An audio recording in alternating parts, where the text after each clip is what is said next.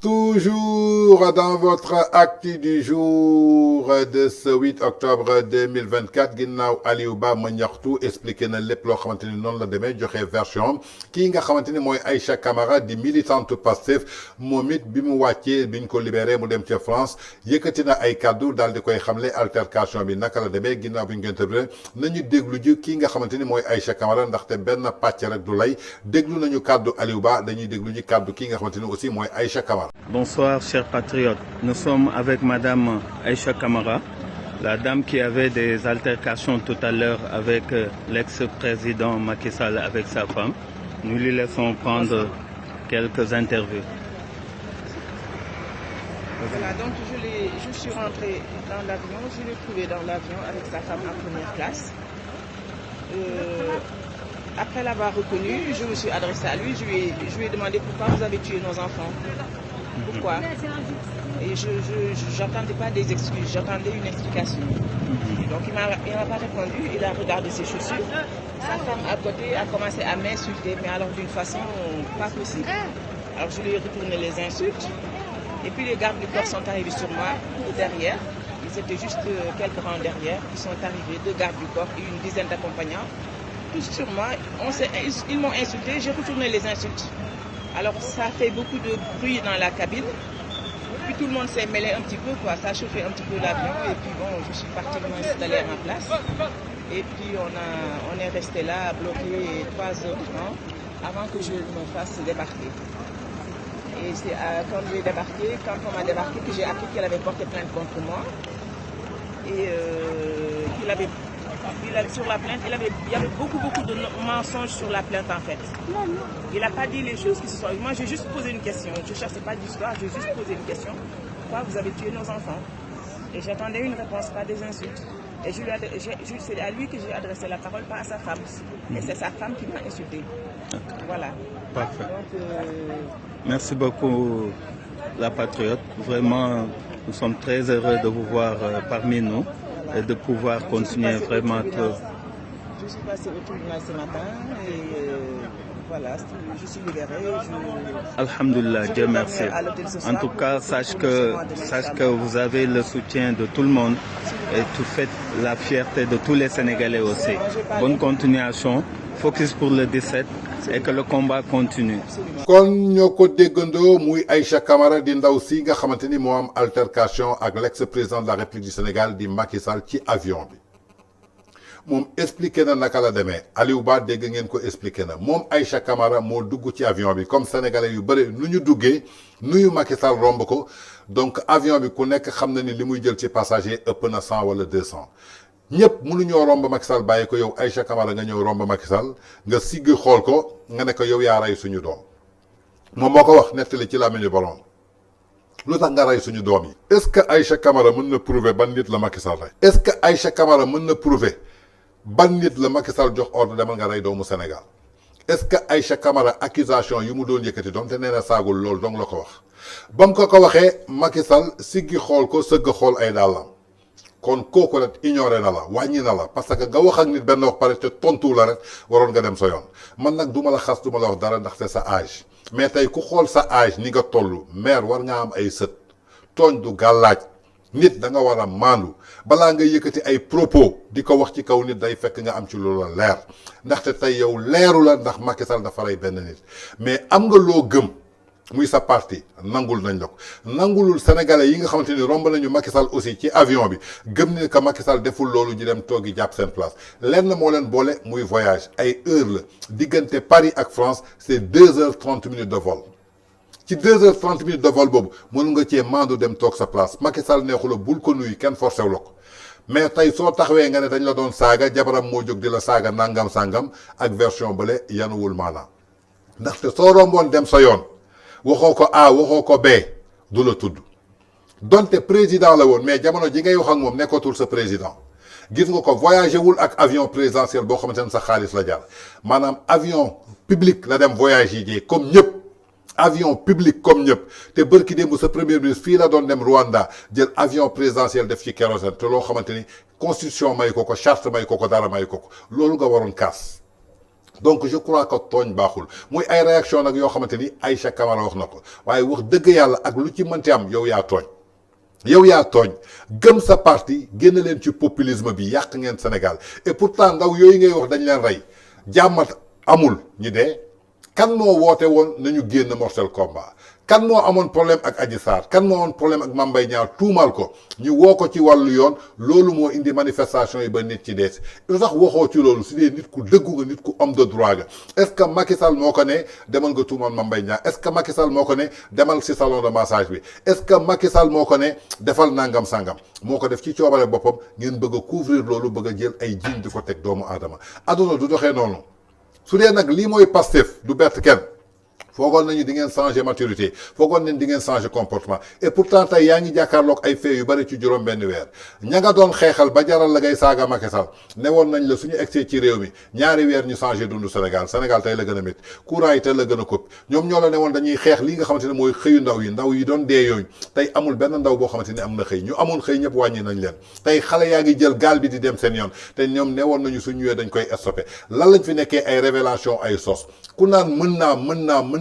naa yor naa ko mi ngi sama livre solution ku bëgg a xam nu ñuy yore réew mi ngi ci livre solution nañu xooli vidéo El Malick Ndiaye bi dellu si. livre solution moom ñoom nañ jël livre solution bi bu ñu ko jëlee lire ko rek dootuñ soxlaati PS dootuñ soxla leneen. ñoo ko gisandoo El Malick Ndiaye ngi ni moo ko wax avant ngeen di egsi au pouvoir nee na ku bëgg a xam nu ñuy yore réew mi lire livre solution et pourtant egsi ngeen ci pouvoir bi juróom benn weer ba tey jii tegul leen ñi livre nee woon ngeen ñi septembre jeex na léegi nee ngeen ñu ci biir octobre et pourtant su dee Pastef nga nekk te dëgg yor la je crois que loolu nga waroon njëkk a souligner parce que Macky Sall lépp lu mu la waxoon defal na la ko lépp loo bëggoon ci Sénégal defal na ko donc je crois que tooñ du gàllaaj Aïcha Camara boobu nag ginnaaw loolu si la force de l'ordre marocain yéeg ci avion bi jël ay coordonnées wàcce après si lañ ko wàccee avion bi daal di koy arrêté buñ ko yóbbee ci kanamu juge bi nag je crois que kii nga xamante ni mooy ministre de l'intérieur et de l'intégration africaine Yacine Fall dafa am benn communiqué bu mu def nañu xool communiqué bi.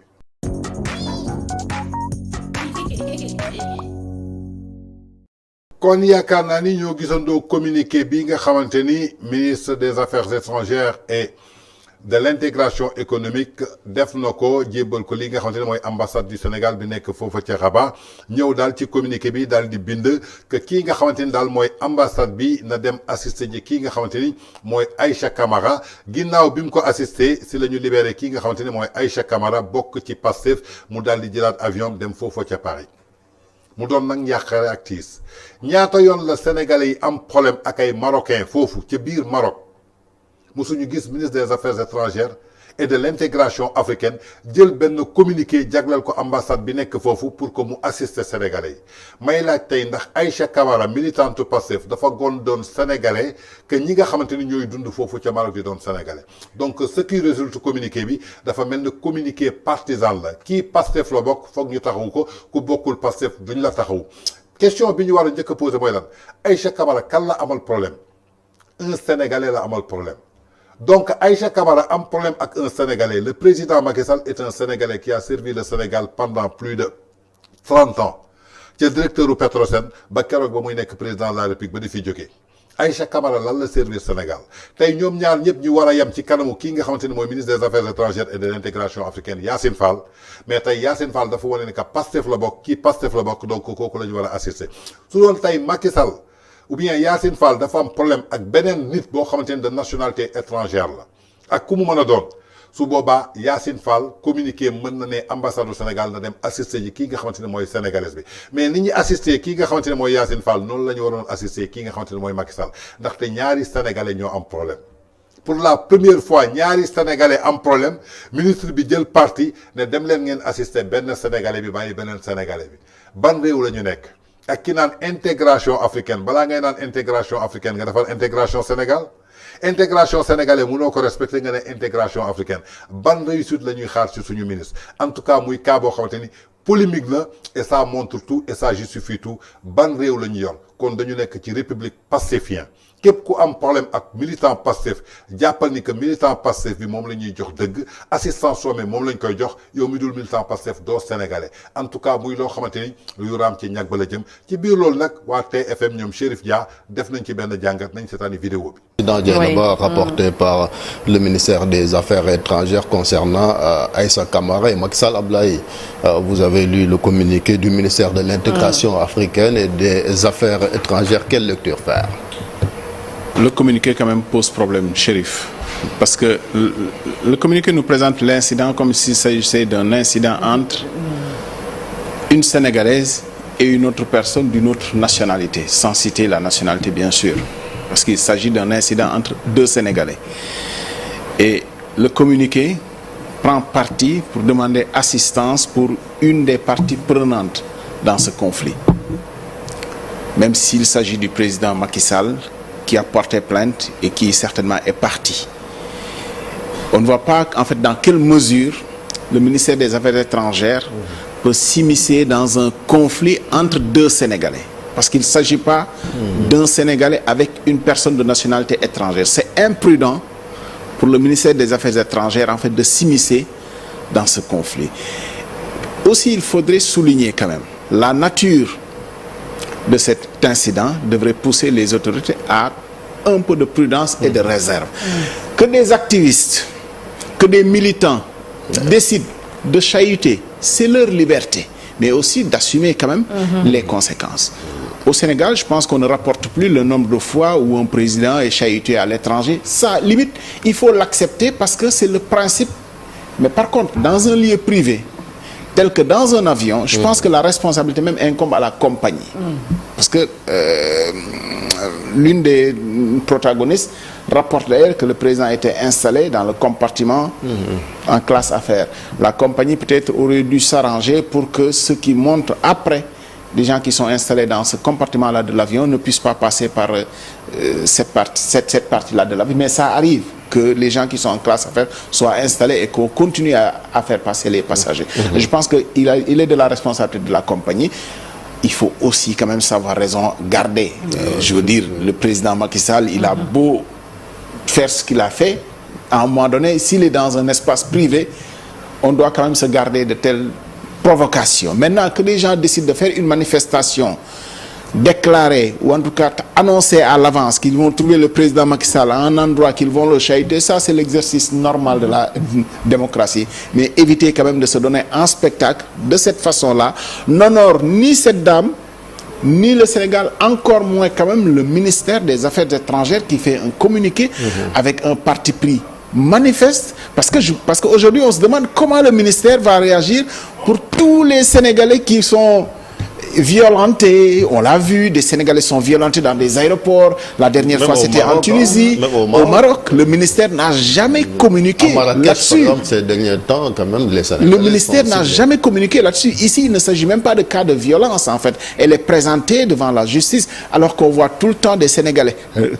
tabassés dans des aéroports, tabassés dans certains pays, et que le ministère n'a jamais fait un communiqué pour les soutenir ou pour demander même à ce qu'ils soient assistés. Donc, c'était imprudent pour le ministère de monter à ce niveau-là, parce que demain, eh bien, bonjour les dégâts, en fait, pour tous les Sénégalais qui auront besoin d'assistance.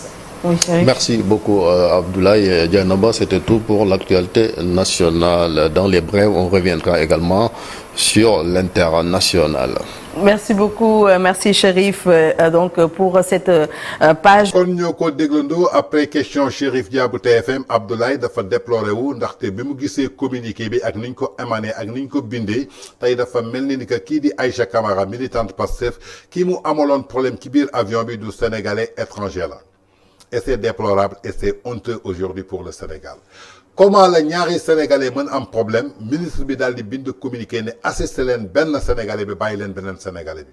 bi ñaata yoon la sénégalais am problème ak doomu Maroc foofa ca Maroc musuñu gis benn ministre bu daal di bind lii nga xamante ne maanaam mooy courrier pour que ñu assister sénégalais bi ñaata yoon la sénégalais am problème fii ci France wala États-Unis est-ce que mës nañu dégg ministre bi bind courrier ne nañu assister tel sénégalais wala tel sénégalais bërki démb ab sénégalais am na problème fii ca États-Unis est-ce que dégg ngeen ministre bi bind courrier ne nañu assister sénégalais boobu consulat bu Sénégal bu nekk New York musuñu ko dégg donc lii tey dafa déplorable tey ci Sénégal ñi gis ni que sénégalaise bu jigéen jóg attaquer un ancien chef d'État bi nga xamante ni lépp luy privilège ancien chef d'État kenn defalu ko bañ na ko ba avion la jël ay billets personnel daal di koy voyager yam ak sénégalais au même pied d'égalité nga jóg di ko saaga ba pare yow ñu war la défendre kon lii mooy làq doom dóor doom ñii ñoo ñëwoon tey pour xeex injustice alors que injustice totale la ñu gisaat fii ci communiqué bi nga xamante ne def nañ ko en tout cas muy li nga xamante ne c'est déplorable pour le Sénégal déplorable pour le communiqué bi nga xamante ne ministre Yacine Fall def na ko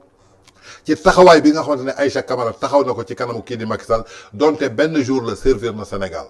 donte benn jour la servir na Sénégal kon nit da nga koy jox cër rax ci dolli muy magum jëmm